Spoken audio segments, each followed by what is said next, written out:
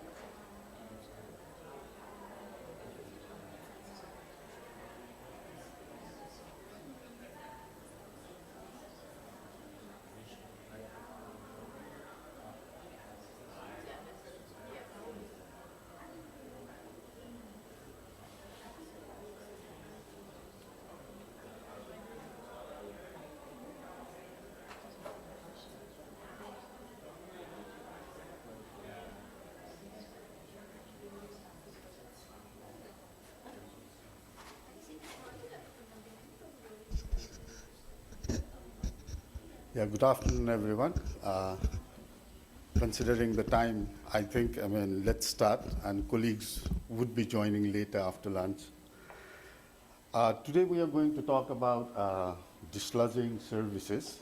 So before we go into our session, can you raise your hand if you have not seen emptying or dislodging by yourself? Okay, so we have only 2-3 colleagues who have not seen dislodging. That means our discussion would be very rich because most of us has a first-hand experience in terms of, not first-hand experience in terms of emptying, but direct exposure to emptying.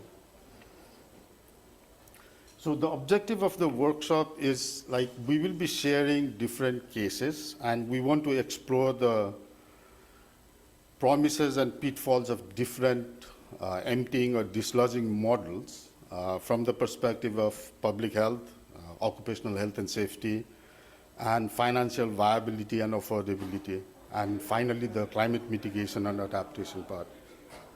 And we would also like to look into these different processes and the results, what has been the learnings from different countries, and what are the best practices and what are the pitfalls. So when we talk about emptying, so there is a containment, and we need to empty it. And there's a lot of debates on, do we need to empty, what's the frequency of emptying? Is it like 2 years, 5 years, 1 year? So the debate is still on. But if we look into, technically the containments are designed based on certain assumptions. So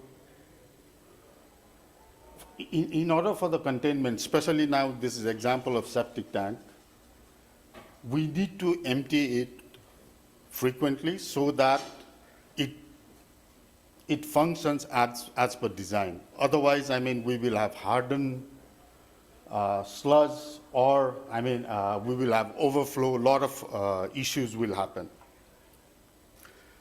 But these are standard technical design. But when we look into the field in terms of containments, there are so many types of containments. Like, I mean, if they are contained, there are places where we do not have containment, like directly discharged into the rivers, environment, but there are other type of containments, like different types of pits and septic tanks. But if you look into two particular things, like the green color and the blue is septic tank and others are pink. So I've just put a figure from 17 cities in 5 countries. If you look, majority are still, these are in the urban cities. Still, there are a lot of households who have pit latrines. Now, these containments are not standard, so the frequency of emptying is an issue. But on the other hand, if we see like who is actually emptying, so in the same cities, when we look there in different countries, we see like majority, especially in countries like Bangladesh, Zambia, and Nepal, majority are still being emptied by manual emptiers, whereas in Indonesia and Tanzania, it's more mechanical emptiers. But if we even look into the detail, like who actually is emptying, then in some cases, we even have household owner or the tenants, they themselves are emptying.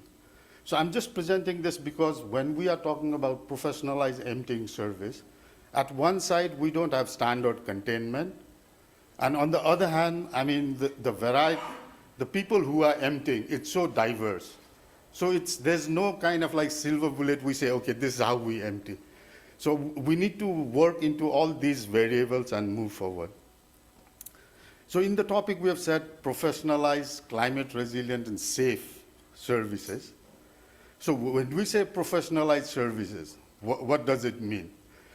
So now, if we are not saying it should be a private service provider, it can be a private or public service provider, but mechanical or manual, but both services should be professionalized and safe.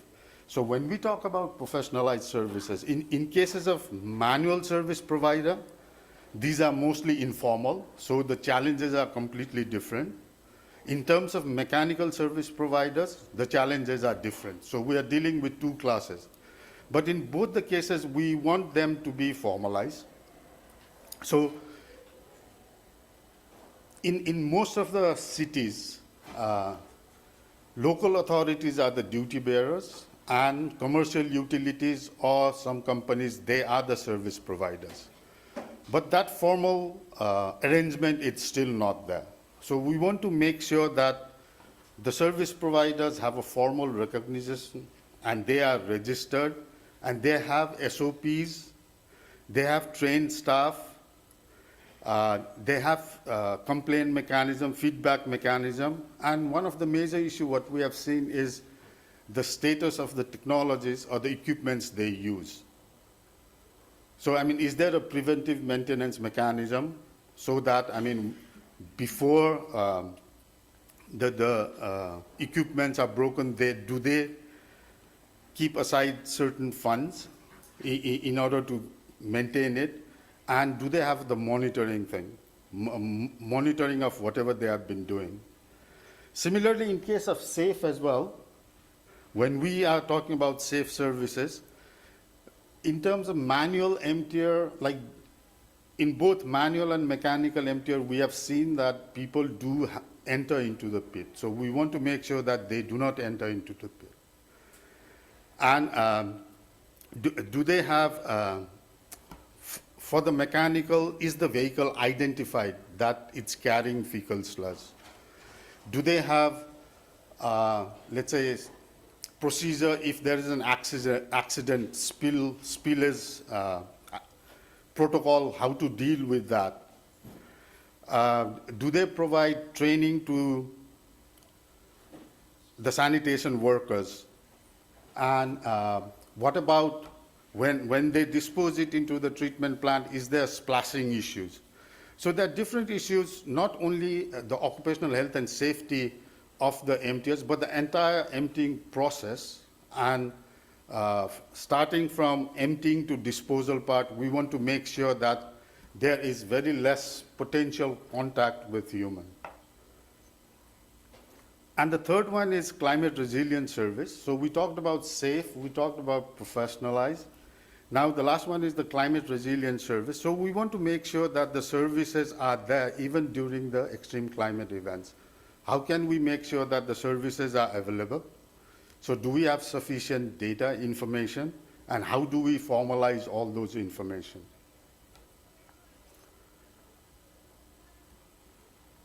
So now, in most of the cases, the emptying is done on-call or demand or emergency emptying. So whenever I have issue with my containment, then I call, then only empty. But if we look into the first slide, the septic tanks are designed with certain assumptions, and if we don't know about that, and if we only follow infrequent emptying, then the problem starts the problem starts multiplying, and with time, there's the issue of hardened sludge, the septic tank is not working as per its design capacity, though, so they will have to empty regularly. So the cost of emptying also increases. So there are many challenges. So just to summarize, I mean, based on looking at the current challenges, as I said, like there's lack of non-standard containments from capture, transport, and disposal as well, and there are unsafe practices. So, and it has environment pollution, hence directly health risk. And in most of the cities, let's say there's very limited sanitation services. So it's basically the service providers are also not promoting. So it's more mouth, let's say word of mouth. If I have an issue, then I tell my neighbors. That's how it has been functioning.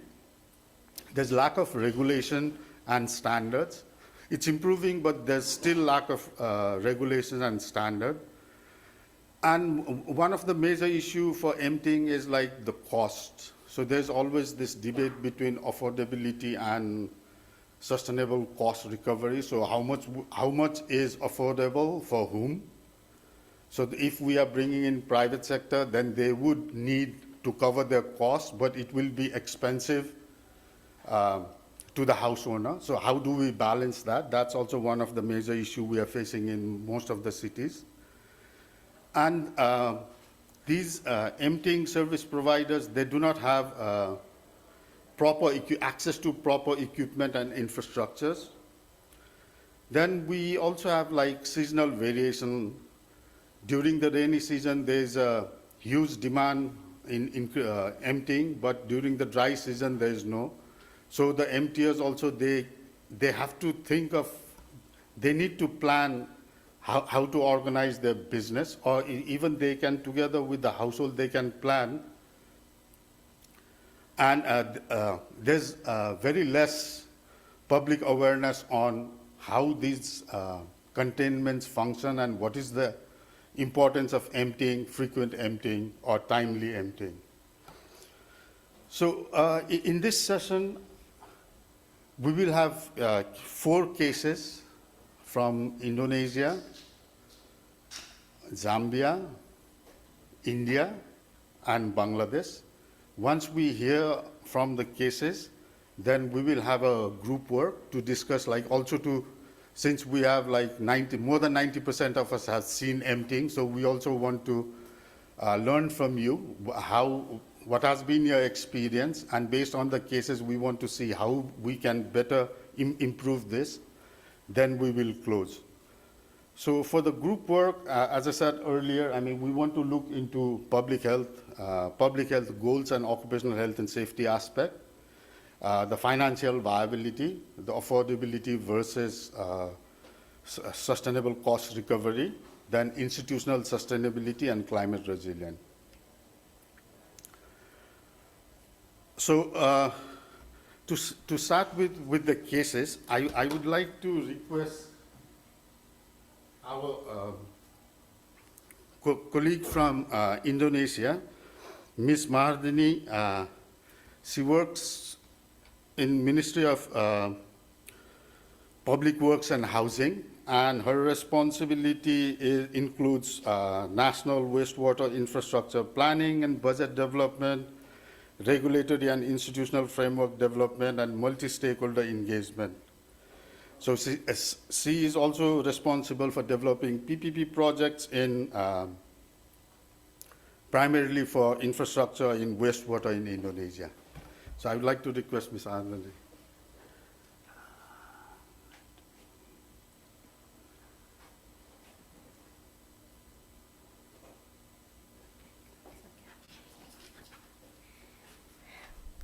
Thank you, Raji, for the opening. So, good afternoon, everyone.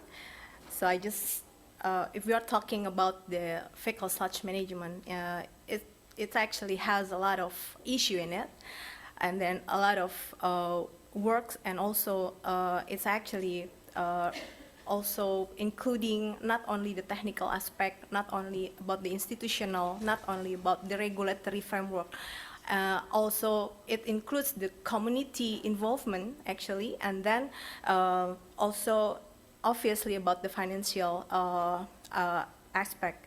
So in my presentation, because there's so much issue, and I don't think that I have enough time for explaining the overall or the holistic issue in fecal sludge management in Indonesia. I will try to pick out certain important issue or emerging issue after we are implementing the regular desludging program in 2013. So as a background, in Indonesia, we are applying two approach of sanitation system. We are applying on-site and off-site. Actually, we have also about 13 wastewater treatment plant, and maybe overall now about 20 something in Indonesia. But on the other hand, we are actually, most of us having an access to the on-site system.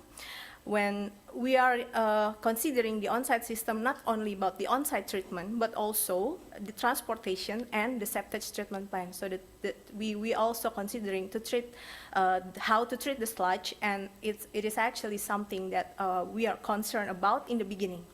So we have around 200 something in 2013 of septage treatment plan that not really optimized in utilization due to the low condition of desludging activities. So not all of our community having awareness that their septic tank is actually need to be desludging periodically at least once in 3 years.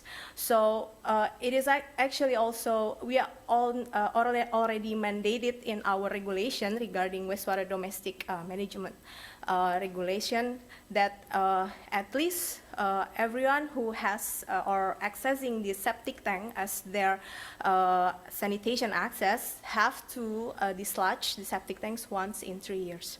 But it's not happening. So on the other hand, since we know that there's so much treatment plan not utilized well, and then we are initiating the regular desludging program that hopes that our septage treatment plan can be utilized in a better way. But, and I will later explain about it further. So how Indonesia is actually applying two approach of sanitation system. Well, we are now that Indonesia have like a geographically condition that, yeah, we have islands. Yeah, we have consists of thousands of islands, and then we have tropical climate, and then we have like nice weather as well. We have, yeah, we can say that abundance of clean water sources availability. Actually, in some area, okay, there's some drought and etc. But in most of the area, it's not hard to find clean water actually. And then the existing infrastructure and sanitation services provided is people already built their own septic tank for years. So many of them also having difficulties if we are asking them to change from on-site sanitation system to off-site sanitation system. That's one of the challenge. And then the other hand also we have so many gaps in terms of regulation, and then also knowledge and awareness about the importance of sanitation access, and then also the institutional capacity. So this is a picture of about current status of sanitation services in Indonesia, when we are now having like at least 80% of population having an access to the on-site, not on-site, but improved sanitation access, whereas the 10% of it is safely managed sanitation. It could be through the on-site system or off-site system. Now, the on-site system itself, if we see the numbers of households, at least there is 58 million households in Indonesia, and if 80% of them is having an access to the on-site sanitation system, it's supposed to be there is like 70,000 meter cube per day capacity of a septic treatment plant. But the total capacity of septic treatment plant right now is only 3,000 meter cube per day. So there is a huge gap. And also, if we can see here, actually a person doing desludging, but not really implementing the safety measure.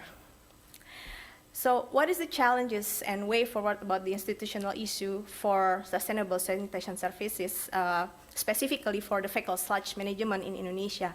So we have different types of operators for domestic wastewater in each city or agency. So each of them having some kind of a limitation in terms of mechanism or regulatory to provide findings or access the findings, even from central government or from the local government itself. So we have only 127 operators from 509 cities or agencies. So not all of the cities and agencies in Indonesia already have the wastewater operators. And then on the other side also we have the limitation to provide sufficient funding for infrastructure, operation and maintenance, because since the autonomy, all the budget is for the operational and maintenance becomes local government responsibilities.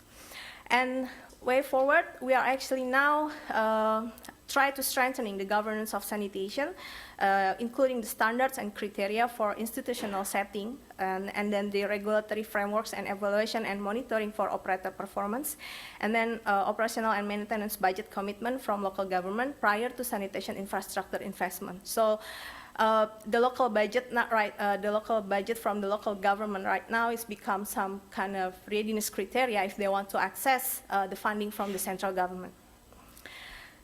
This is just for a picture how the limitation to provide sufficient funding for sanitation infrastructure. If we see in the 2024, there's actually, we approximately need some 7,000 something billions rupiah to provide the proper or safely managed sanitation. But the allocation is like only half of it or less than half of it.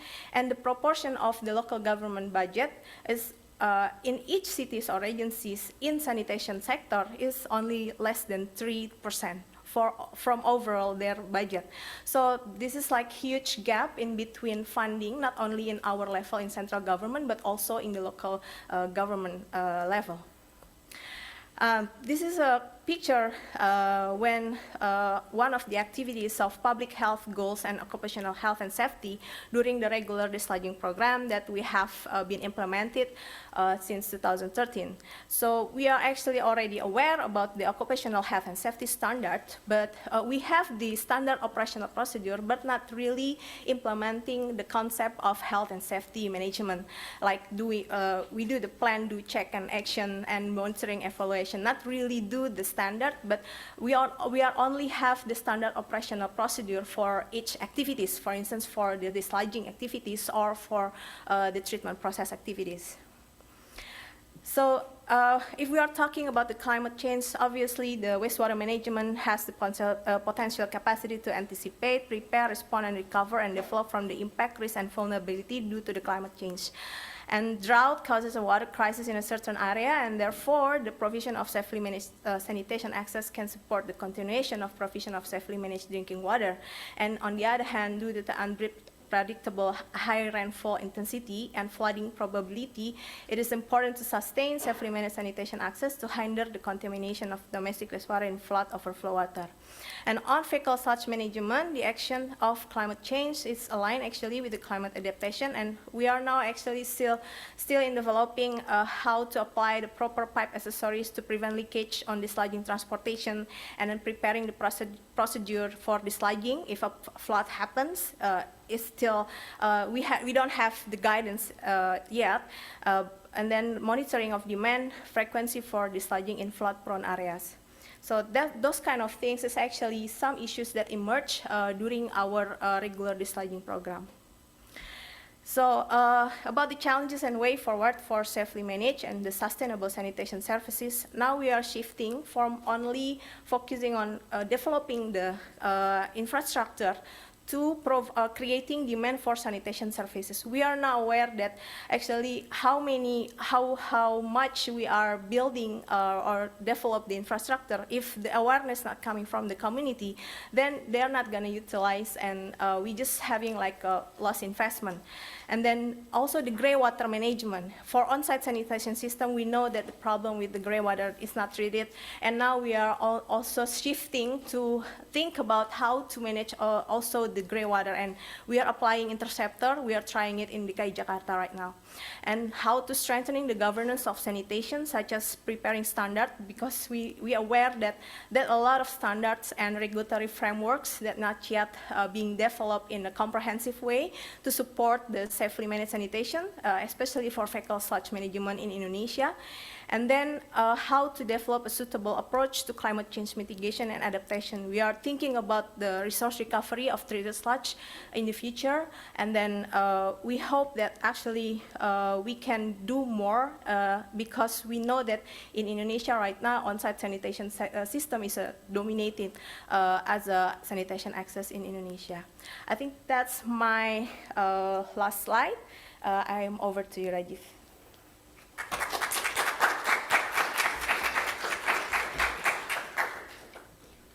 Yeah, thank you very much, Ani. We generally think that, I mean, if there is a treatment plant, problem will be solved. But I think Indonesia is a good case where, I mean, we have infrastructure, everything is there. But yeah, the services will not just automatically come in when the treatment plants are there. So now from the ministry aspect, we go to Mr. Kasenga Hara from a regulator, National Water Supply and Sanitation Council in Zambia. So Mr. Hara is a senior technical inspector in NWASCO, and he has also served as Secretary General for ESAWAS, Eastern and Southern Africa Regulators Association. So over to you, Kasenga.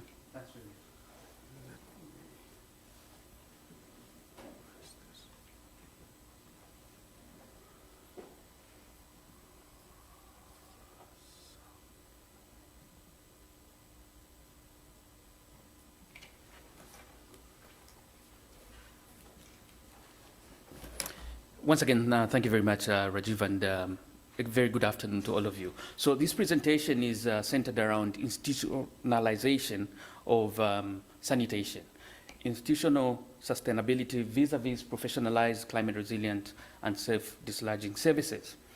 So I'm going to give a case study of Zambia. The background, obviously, unfortunately for us, the government realized itself that we needed to move into the space of non-sewage sanitation as a very last mile to achieving universal coverage. This is right about 2016, 2017, and tasked the regulator to take the lead into the development of necessary tools and frameworks to ensure that the non-sewage space is covered, and that's what we did and launched those particular frameworks sometime in 2018. I'll get into that very soon.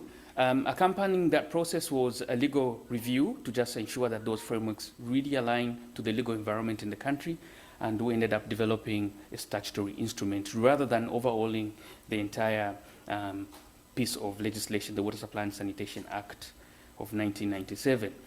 In the process of developing the frameworks, we did realize that so many players that have a stake in as far as sanitation service provision is concerned.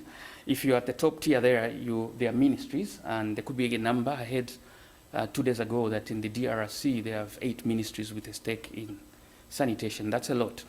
We have right about 4, and you'll see this very soon. So the ministries ideally responsible for policy, environment, legislation as well via the parliament in most of the countries. If you're a regulator, particularly for water, you may have roles and responsibilities across the entire service chain from capture all the way to disposal via licensing itself to the utilities or the service provider, the formulation of guidelines and standards, and the monitoring. But if you are perhaps a customer, then your roles at the bottom tier there may be limited to operation maintenance of the facilities on site and ensuring that you pay for the dislodging, whichever period is determined, and perhaps you may have a role in the utilization of the eventual products at the end of the sanitation value chain. Now, how's the governance arrangement in Zambia? I did mention some countries have so many ministries. We have quite a few as well. At the bottom corner there on the left, we have the Ministry of Water Development and Sanitation. That is a lead ministry in as far as water supply sanitation is concerned, and they are responsible for policy matters. And this is where the regulator, where I'm coming from, also reports to. So they are essentially in charge of ensuring regulation happens. The top right corner is another very important ministry. That's the Ministry of Local Government and Rural Development now. These names keep changing depending on the government. So one time it's local government and housing, the other time it's whatever. But this is where the local authorities, the city councils, the town municipalities actually fall under. And according to our law, the responsibility for service provision, water and sanitation lies with the local authorities, who are then given options to form utility companies. And this is what has happened, and mostly at a provincial basis. So that ministry is very important, even though it's delegated to the utility some of the functions. It's also partially responsible for public health aspects. It's got public health inspectors, more like the Ministry of Health in there. Overall responsibility for public health and also public health inspectors. So these two ministries do share some roles in terms of monitoring public health, and both of them actually do have public health inspectors. Now, when we have a crisis, public health, the Ministry of Health takes charge. So even when we had the cholera and whatever, this is the lead ministry in as far as enforcing public health is concerned. And we not forget this new ministry up there. It's called the Ministry of Green Economy and Environment, and that's essentially there for climate change issues and environmental regulation. In the sanitation value chain, there are environmental matters, the transportation, the emptying, the treatment, the disposal. So now let me go into the frameworks that I spoke about. And this is where now we institutionalize sanitation and find a home for it. At the apex there, in the water supply sanitation subsector, is definitely the Ministry of Water Development and Sanitation. I mentioned already policy matters.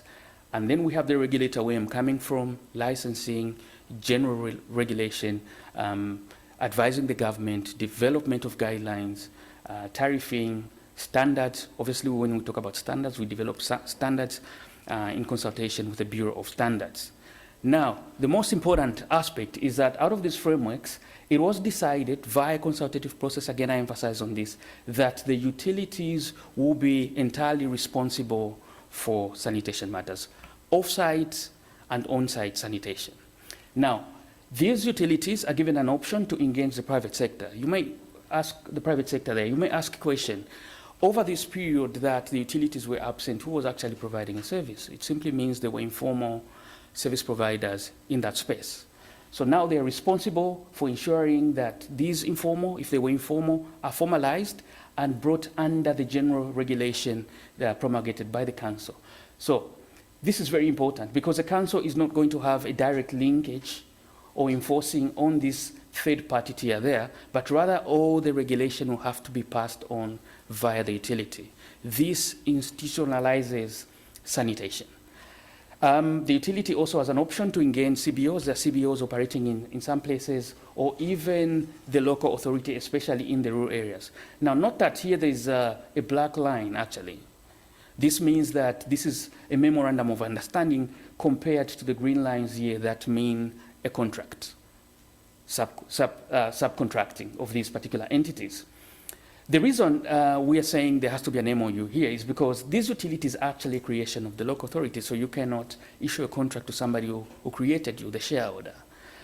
In any situation, for transportation, treatment, disposal purposes, there's the environmental regulator, there's the Zambia Environmental Management Agency, and has to regulate the utilities, including any subcontracted entity at that lower level. Now, the critical thing here is this utility will have to adhere and ensure all those adhere to the guidelines, the standards, the occupational guidelines that we've developed as a regulator, including any other aspect of regulation. So there is now the institutional home for sanitation. I thought I should emphasize that. I did mention also that we have done a legal review and developed statutory instrument on on-site sanitation. I should also mention that comprehensively we're looking to reviewing the entire Water Supply and Sanitation Act. It's in the process, in the very final stages. But some of the key items coming from the SI is that in consultation with the utility and other relevant stakeholders, the local authority will actually determine what sort of sanitation systems pertain to an area.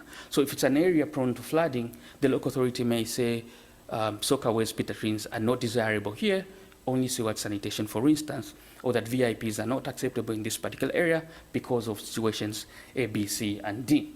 The other important aspect is that at the other end there, that the local authority shall ensure the owner of premises erects or constructs suitable sanitation systems. So this, in terms of enforcement, will be done jointly, the local authority and the utility, and then the owner is also obliged to ensuring that these facilities are dislodged every so often, dependent on the period that the regulator, the service providers, actually do determine, and also dependent on the sort of system that exists. So much as the responsibility lies entirely with the utility, there's also responsibilities to the other players as well. Let me move on to the policy. This afternoon, in the plenary, there was a lot of discussion concerning how we're living out hygiene when we talk about sanitation. Our policy does not leave out hygiene. I'm just giving an example of one of the policy objectives that says to ensure provision of adequate sanitation and hygiene. I'm not going to go through all the measures, but I'll pick probably a few. This is a very new policy and sings a lot to on-site sanitation as well.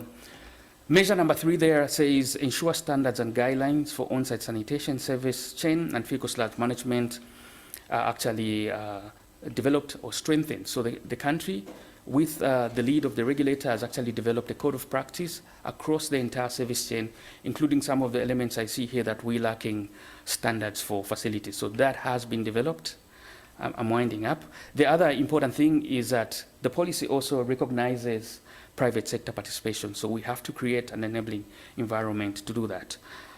Importantly also, at national scale, is that pit emptying has been recognized as an occupation. So this is recent work that we're doing with the Zambia Qualifications Authority. And this means that all training institutions now have to, at bare minimum, meet some of these requirements in training pit emptiers. So it's a formal occupation recognized now by law, and pit emptiers are expected to know the fecal sludge emptying procedures, the safety, as well as risk management processes, among other issues, including the more important thing of having some skills on bricklaying and plumbing, because after emptying, you're expected to reinstate the facility at least to good order, including sanitization. I know I'm off my time, but in conclusion, this is very important. It is very important to ensure that we've got clarity of roles among the various stakeholders that have a stake in sanitation, and to have sustainable institutional arrangements. This has to be underpinned by policies. You see, we have a policy. It has to be underpinned by legal instruments as well, in addition to other things, the financial, operational tools. Capacity building as well is something that we cannot overemphasize. So in our situation, capacity building is an ongoing issue because this is fairly new, 2017 onwards, both for the regulator and the other players. I'm glad to shed more light when we get to the panel discussion, but at this juncture, I wish to leave you with a video coming from one of the utilities in Central Province in Zambia. So Rajiv, thank you very much, and over to you.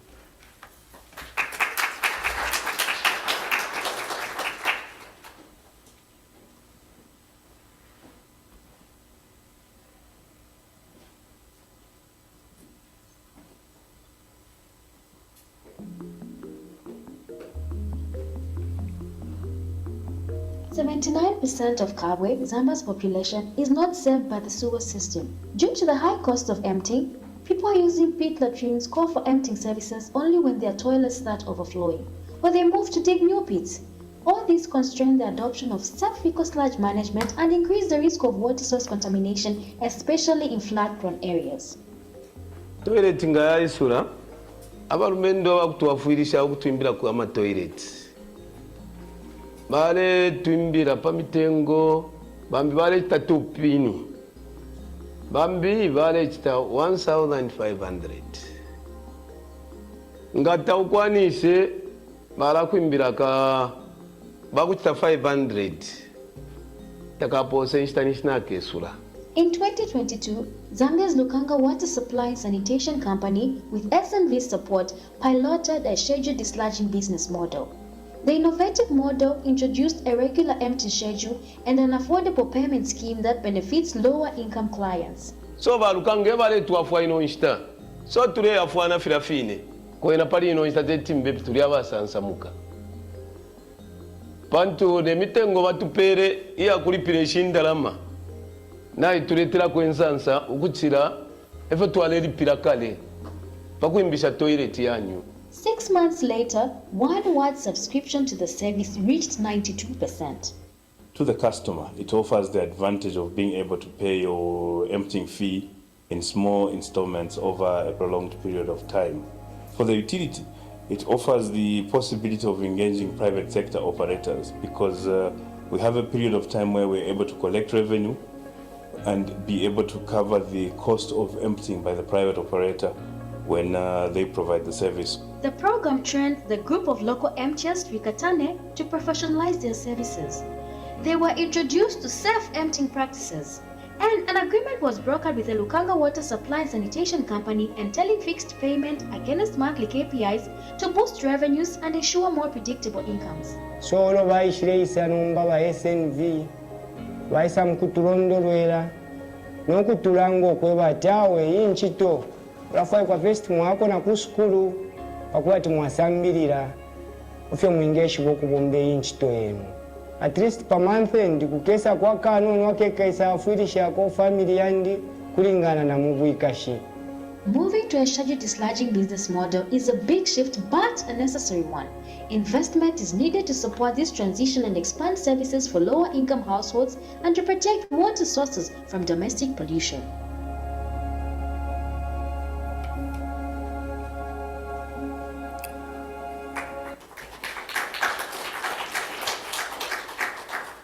Yeah, thank you very much, Kasenga, for sharing how a regulator can support the commercial utility and the service provider, and the manual emptiers as well in case of Zambia, in order to formalize different delegated management model and also in order to develop their capacity in terms of making services more safer and professionalized.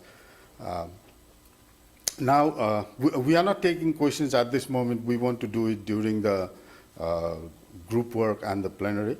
So we would now move to India. So we will have Ms. Jigisa Jaiswal, who is Senior Research Associate in Center for Water and Sanitation in CEP University. So she has been coordinating state and divisional level activities on Swachh Bharat mission in Maharashtra.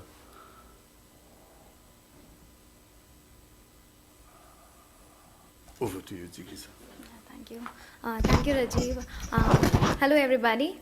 For India, I'll present a very zoomed-in picture about 2 cities in India, how they are implementing scheduled desludging, regular desludging. Going ahead, India in India, we have seen emerging emphasis on FSSM, currently because 2/3 of the urban population in India is dependent on on-site sanitation systems. And as we can see, there are at present more than 700 fecal sludge treatment plants which are operational. I'll be talking about 2 cities who have taken up city-wide inclusive sanitation system and have taken up various approaches to implement and take up the initiative of city-wide CVIS. So the ideas have become models for many other cities in India. I'm talking about the 2 cities called Vai and Sinnar, which are the first cities in India to implement scheduled desludging. These cities have the population of around 40,000 and 80,000, which generally represents more than 4,000 small and medium towns of India. So the conventional practice, I think Rajiv already mentioned earlier, that the desludging practice is based on the demand, that when the septic tank is full, then the operators are called to empty their pits. And this generally leads to the hardening of sludge, which goes to then leads to manual scavenging. And the other side, the downside of this is also that this smaller towns, we've done a study which showcases that they pay very high user charges for cleaning their septic tanks, which also then becomes a reason, discourages the household from using their toilets. So Vai and Sinnar took the approach of moving from on-demand basis to the scheduled practice. And the city then passed a government resolution to implement this FSSM plan, which covers the major aspects of citywide FSM, involving private sector, conducting scheduled desludging, land for the treatment facility, and taxes to be levied instead of the user charges. So these all aspects were covered in the government resolution of these 2 cities, which hinted to the inclusive services, that it will be provided to all non-sewered properties. And so it will become mandatory in a way, as it is not linked to the user charges, but it is a tax-based system, so all the properties will be able to take the services. To plan, starting with the planning of scheduled desludging, the city is divided into three major zones. One zone in which each zone is cleaned in a year. The desludging cycle is 3 years for each septic tank. So in 1 year, one zone septic tanks are cleaned. And for the infrastructure is calculated based on the number of septic tanks which are to be desludged every day. And further, route planning is, since lack of time, I'll just go ahead. Route planning is done to increase the efficiency of the vehicle, and that indirectly helps the operator to understand how many septic tanks they want to clean in a day and go to the treatment plant. So the cities, they decided to involve the private operators for providing the services, and it was mainly to reduce the burden on the local government, and on the other side, the model was implemented in a way that it was a performance-linked annuity model, where based on the number of septic tanks the private operators empties, based on that the payment is made to the private operator. Also to safeguard the private operator, an escrow account mechanism was developed, where the local government used to put regular transfers of the 3-month approximate contract value in the reserve fund, so that the private operator does not face the delayed payments which we generally see the private operators have the issues of.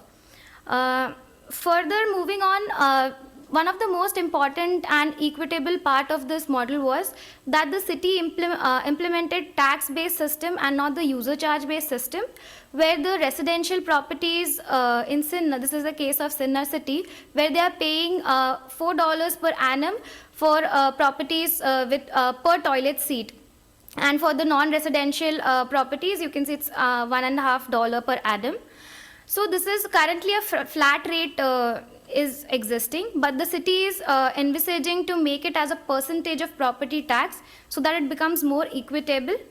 And parallelly, we also did a study to understand the impact of this regular desludging So we've also understood that the regular desludging has improved the performance of septic tanks, and this has overall shown a good result in the performance of the environment, as in the drains which are connected to the septic tanks.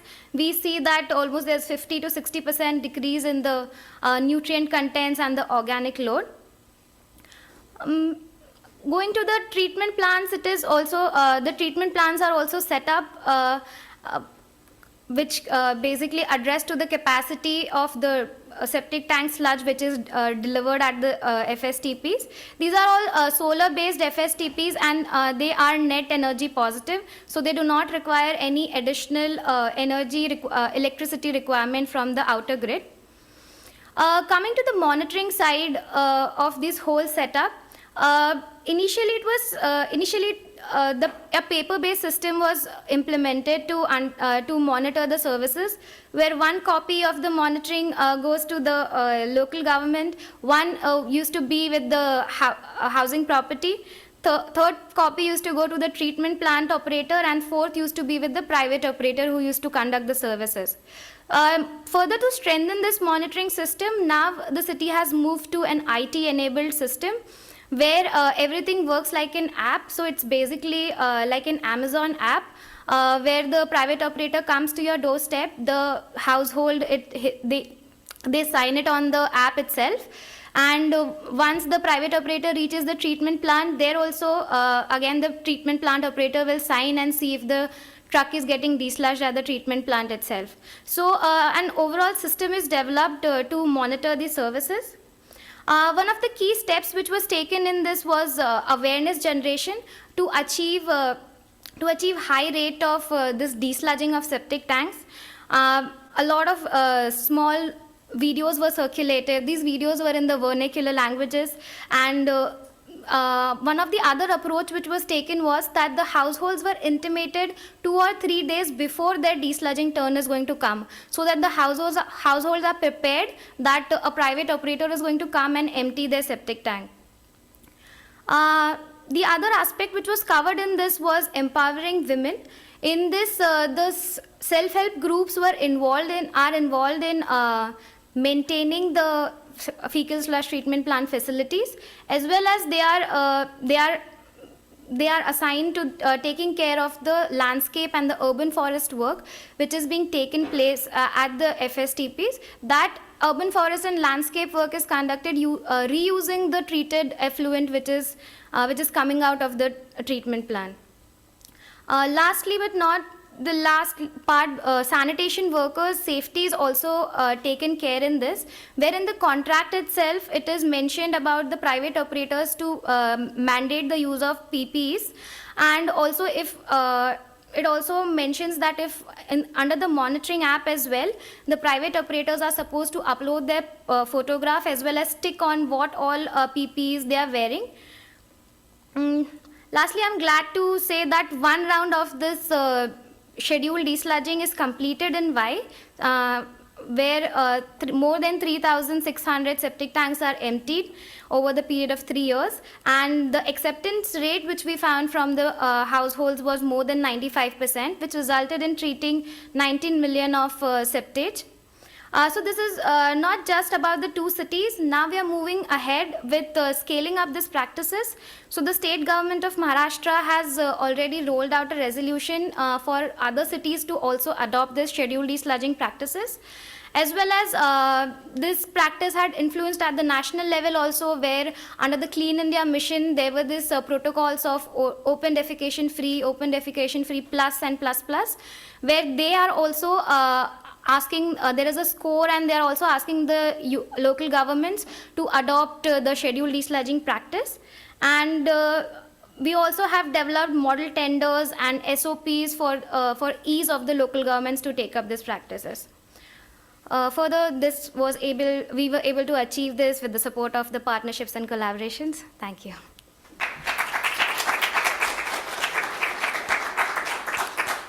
Yeah, thank you, Ziggy. I know, your experience on scheduled desludging cannot be squeezed into this 5 minutes, and you have a lot of slides to share and experience. I think this is one of the most successful, as Zigisa presented. I mean, they have already completed one round, and these are being replicated in other, not only in other cities, other countries as well. The final presentation is on Bangladesh, and one of my colleagues was supposed to do the presentation, but again, the issue of visa, he could not travel. So I'm standing in order to share the Bangladesh experience. I will quickly share the Bangladesh experience. Like when we look into the service chain, there are different institutions. So in the first presentation, I talked about the issues at containment and also the different human faces. One is the construction of the containment. There are different standards, non-standard containment, and during the emptying as well, there are different types of institution involved. So in Bangladesh, we can summarize, like, I mean, if we look into the entire sanitation value chain, so containment is basically mason. So if we want to put faces into the different nodes, so in the containment part is the household and the masons. Then on emptying and transport, either it can be private companies or the municipality themselves or the NGO. Then in some cases, emptying, transport and treatment are lumped up where NGO or municipality are operating, and in some cases, those are bundled and unbundled. I'm not going to repeat that. In Bangladesh as well, there are different types of containments, non-standard containment, and emptying is also being done by different methods. But since majority of the emptying is done by manual emptiers, so in Bangladesh we have been working very heavily in terms of formalizing the works of sanitation workers and how can we make their work more safer and also make their work visible and safe. So in that case, I mean, we have been working with Ministry of Local Government together with IT and BUET and CY Cell in order to develop different guidelines. How can we bring manual emptiers under the umbrella of local authority?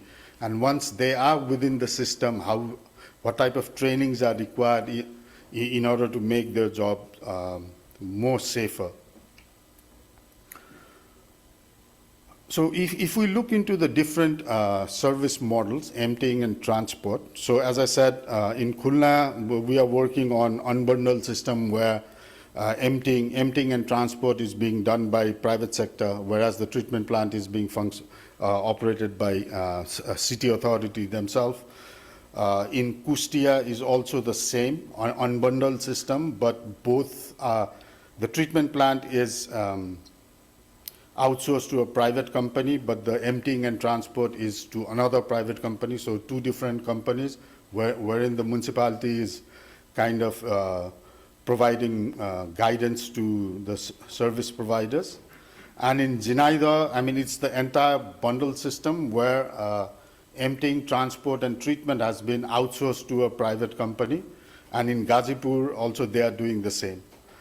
So based on the experience of Y and on scheduled desludging, we also wanted to try in Benapole. So I'll just take one more minute in order to explain this model. I think Zigisa has explained the model, but the challenges we found in Benapole was like everything was set up, and even the private sector had almost signed the MOU with the municipality and everything.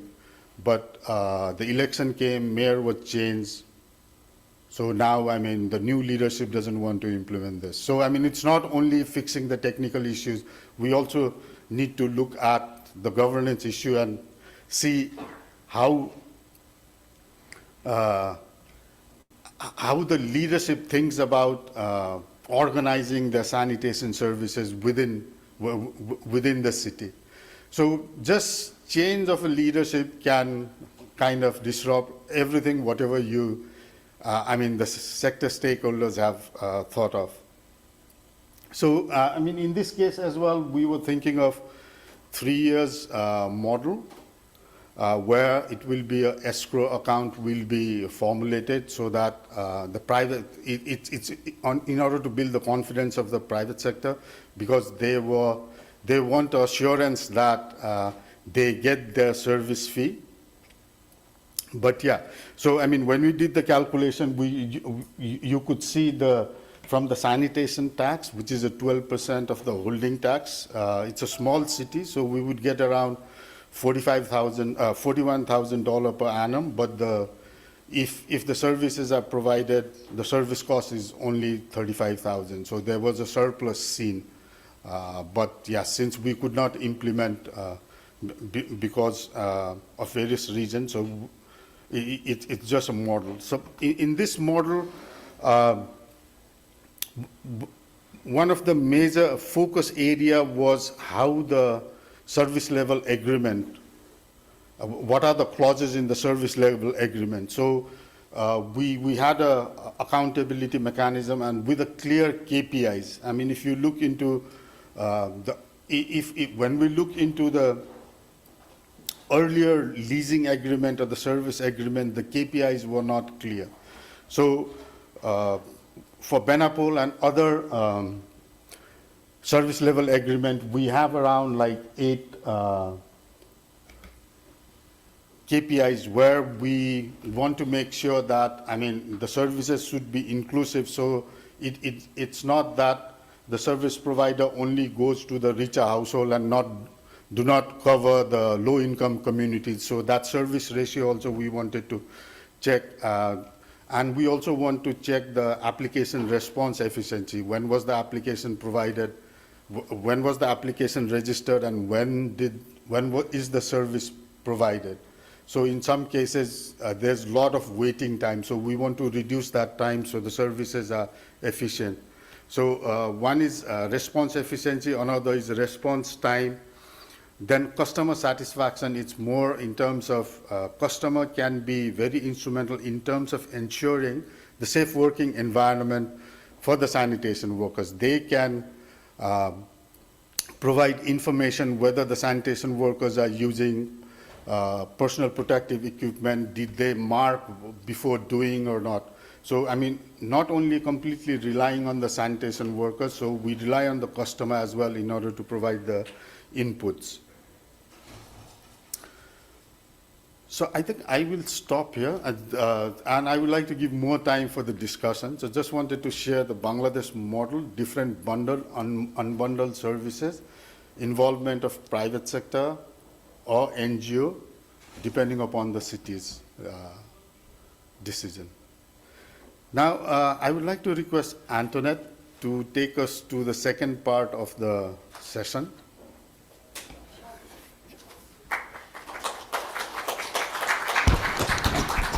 Thank you, Rajiv, or should I say Tanvir, who was doing this presentation. All right. My name is Antoinette de Komen. I'm the head of the water sector for SNV, and I'm going to facilitate the rest of the session. We have the luck here that actually Indonesia, Bangladesh, Zambia, and India are very close together.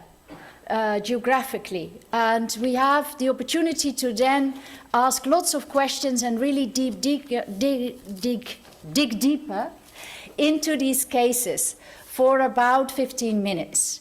So people who are interested to hear more about Indonesia, I'm supposed to speak in mic, sorry. Who are interested to hear more about Indonesia, please come here. As you know, Bangladesh is quite next to Indonesia, so please here.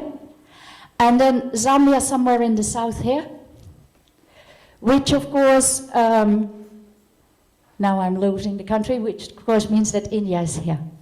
So all of you who are interested to hear more about India, Jagisha will come here and you can speak and question her in a group for 15 minutes. Rajiv will be there, doing his best to talk about Bangladesh.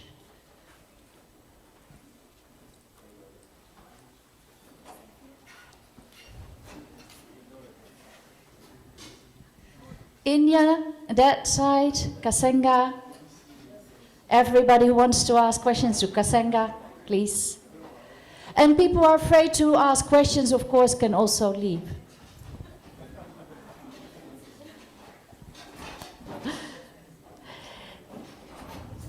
Indonesia on this side, and Bangladesh there.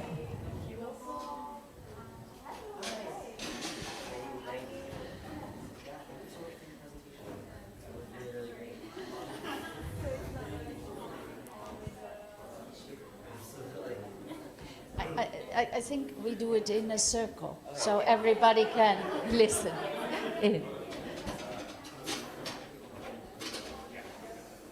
Hi, guys.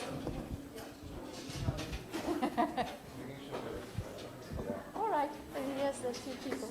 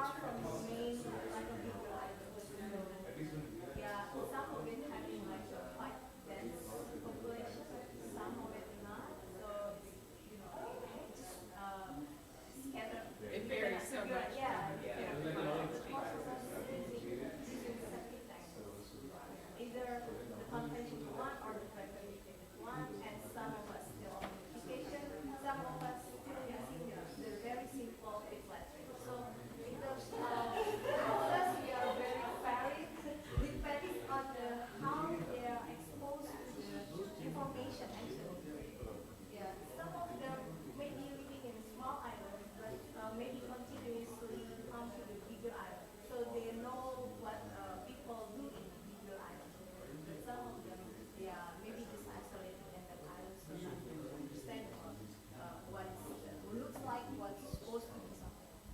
And I guess does it also depend on which organizations have focused in certain areas, practices that are So our, if I could say that our systematic administration is quite, I can say it's quite working in good conditions.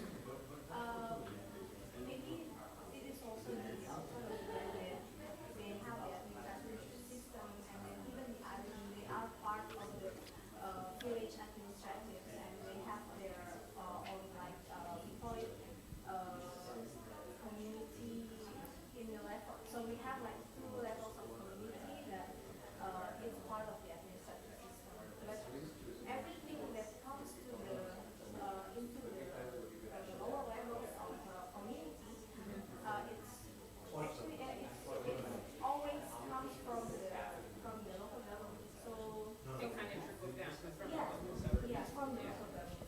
So it's already quite organized in terms of what kind of information, but maybe still some of them maybe due to the lack of financial, mostly because of the budget from the local government. They cannot really reach people or developing something for the community, yeah, especially for the islands. and then for the national government, what's their role? The national level. So the national level, if you are talking about central government, we have like the limitation in terms of funding the local government. So it has to be like a national priority, or otherwise we are like a breach our system. So it has to be the local government itself, and then actually the sanitation is one of the main responsibility sector that have to be carried on by local government. Yeah, but sometimes, yeah, I mentioned in the diagram, actually, from 100% budget in cities, usually like 60% of it they use for the road, for the access, and maybe for the domestic or for the sectors, it's a small part. Yeah. Yeah, so our political problem is on the local government. Like, very challenging, and that was, even though me as a central government, like, we cannot, friendly the conditions sometimes, because it's hard, and then even though there is some existing regulation, not necessarily follow. I guess it's maybe not all the local governments know, or like they're aware. 2 minutes. It is because the political in between the, like, in between the technical agencies. Just wanted to share the story about, because we have a mobile STP. This is we are a NGO, we are not a commercial organization. Maybe SRBA is interested, maybe we can coordinate how it was in a completely tested scientific performance assessment done by University, RTA International, then IIT, and the Government of India approved now. Almost all the state governments are buying. This is if you don't need any treatment. If it is a small town, we have a septic tank problem. So this is technology. So that's why. Just maybe we can discuss about how Yeah, actually, also have some of the providers already have like coordination, I mean, with some of the government itself, yeah, for this kind of alternatives. This is because those septic tanks absolutely within 1 hour, it's a 6,000 liters capacity. So 1 hour it can handle 6,000 liters. So they 3-4 tanks. So everything is, because septic tank 95% is liquid. Why you need to transport? They get rid of their acceptance. So yeah, if you're interested, maybe we can share it. And maybe we can work with the SNB and maybe take the technology. Because Bangladesh or the IRC is taking Bangladesh. We can see the other countries. Maybe we can explore it.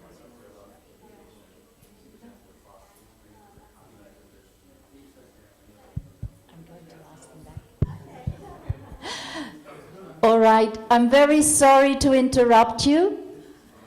I would like to take these experts away from you again and invite Jagisha and Ibu Ani and Rajiv and Kasenga, please to come up front for the wrap-up and closure of the session.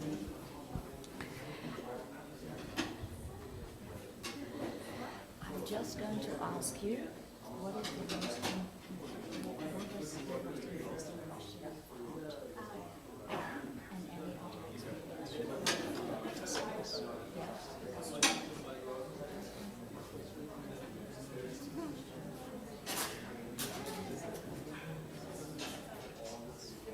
Rajiv, I'm just going to ask you.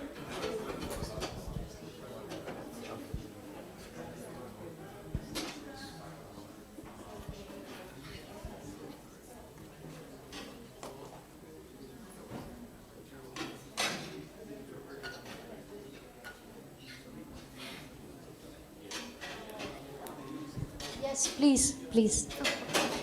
If you could sit here. And if you could take the mic and speak into the mic, because I've seen that if you speak like this, that they don't.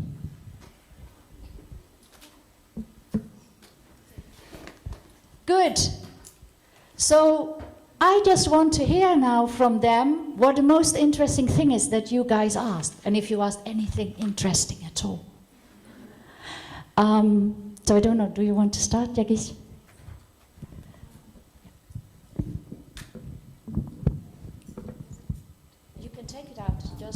Force. That's all right, I'll use it as. So the most interesting question I got was, okay, you presented about the 2 cities, but what about scale up? How did you scale this model up? So I shared the experience. What we did was, now we are working with the state government of Maharashtra, and they have advised all the local governments to take up this scheduled desludging practice. And not only that, I think a month ago, we had this, we had a video conference with the 30 local governments of Maharashtra, where the state officials were present along with us, and the district officials, and they were asking the cities about, okay, so what's your action plan? How are you planning to implement the scheduled desludging in your city? And all the cities had this action plan ready and had various questions and queries regarding how they want to take it further. Regarding the tax system, I would say that there's a lot of challenge with the city faces when it comes to adding another sanitation tax system, but we generally debate it by saying that in India, where there's this is a service similar to a solid waste management service, which is being provided to all the households. It is just similar to that, where each household gets the service and they pay the solid waste management tax. In similar way, the sanitation tax can be levied. Also, the other argument with the local governments is that it is not fair to the people who are dependent on the on-site sanitation systems, where for the for the households which are dependent on sewage sanitation, they get the public service where they pay the tax and they get the services done. But on the contrary, the on-site sanitation systems, households, they have to pay the user charges when they want to get their septic tanks emptied.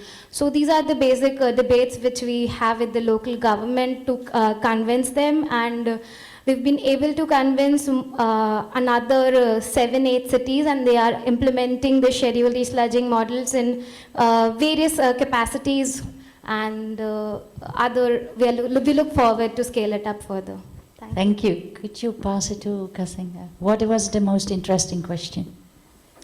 Thank you very much. I think it was quite interactive in our group. There was agreement that capacity needs to continue to be built, both on the service provider, the regulator as well. But when I presented about the occupational health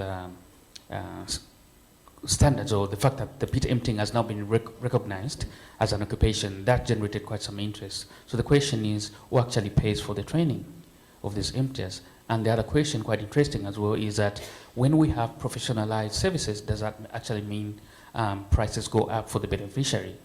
We saw in the video the example of Lukanga Water and Sanitation Company, that actually one of the customers was saying, after the coming in of professional services, the price has gone down. Perhaps that could also be that there's relief in the sense that the beneficiaries go on a pay-slow modality over some time. All right, so maybe they feel it's a bit cheaper, but I guess generally the consumer is not going to be exploited because then the whole service chain is regulated. Thank you. That's Ibu Thank you. So I got a very interesting question regarding how we serve or how the access of sanitation system in islands, because we are consist of 1,000 islands. So some of the islands, where actually the provision of access sanitation in Indonesia is varied in terms of system, varied in terms of level of quality, and then varied also in terms of services. Some of the island already access with the septic tank, that improved one, and then also there is some kind of a very simple technology to dry the sludge. So, and then some of the islands still have the open defecation people that need to be intervened. And then also regarding the institutionalized, how the people that live in the island is actually get the access or get served by the local government. And then I explained that actually that in terms of organizational or administratively in Indonesia, we are very well, but in terms of providing the access, some of it like very depends on how the local government providing the enough budget to provide the good access sanitation. Or some of them also, some of the population that living in the islands that not far from the big island, the bigger island, they might have information or knowledge about how they suppose having their on-site sanitation system, because most of them using on-site sanitation system. But those that living in the island that quite far, maybe that those the one that still need some spatial intervention, yeah, and then that's sometimes we have gaps that when the local government not really giving the information to central government, especially for those that 5%, I say that we still have 5% to intervene with the open defecation. But we are mostly in the island already applying at least the improved on-site, improved septic tank, or maybe they are using pit latrine, or some of them still need some improvement in terms of open defecation and then having their own access. Thank you very much. Yes, Rajiv. Same question for me as well. That's not true. Yeah, so I mean, in our group also, like we discuss a variety of topics, starting from, I mean, whatever the reason for, let's say, abandoning a model because of change of local politics, PPP model, and how do we do with all the research pilots which are happening. But I think the most interesting question was like, I mean, is there like cross-learning of all these initiatives by different organizations in terms of piloting, research and all? So since we were discussing about Bangladesh, I gave an example like how knitted the sanitation stakeholders are on the FSM network Bangladesh. And similarly in Nepal and India Alliance, so there's a lot of discussion, formal, informal opportunity to discuss with different actors in order to share the learnings. Yeah, I mean, in some cases we take it as competitor, but in terms of sharing and learning, the actors have been very open to that. And now, I mean, there's even this south-to-south collaboration. So I was not there, but Ziggy said, I think, yeah, so there's also a discussion, there's an initiative in order for cross-learning, in order to capture these learnings so that we don't reinvent the wheel. So those type of collaboration efforts are also there. Thank you very much. So colleagues, I'm wondering if now you have a clear idea about professionalized, safe, climate resilient desludging, or if there's any big gaps that you see in what we've been discussing here. We've been talking about a very broad range of interventions from public health, occupational health and safety, financial viability. We've been talking about climate resilience. We've been talking about the institutional setup. Is there anything that you think, gosh, this is a big gap, these guys are missing it? Or just feel free to say that. Yes. Well, I don't want to say it's a big gap, because I think it's a gap in the sector overall, and it's certainly, I'm sorry, I'm Zachary Bird, I'm with USAID. It's something that I think we're trying to work on as well. But you mentioned about climate resilience, and I think about integrating climate risks and looking at adaptation.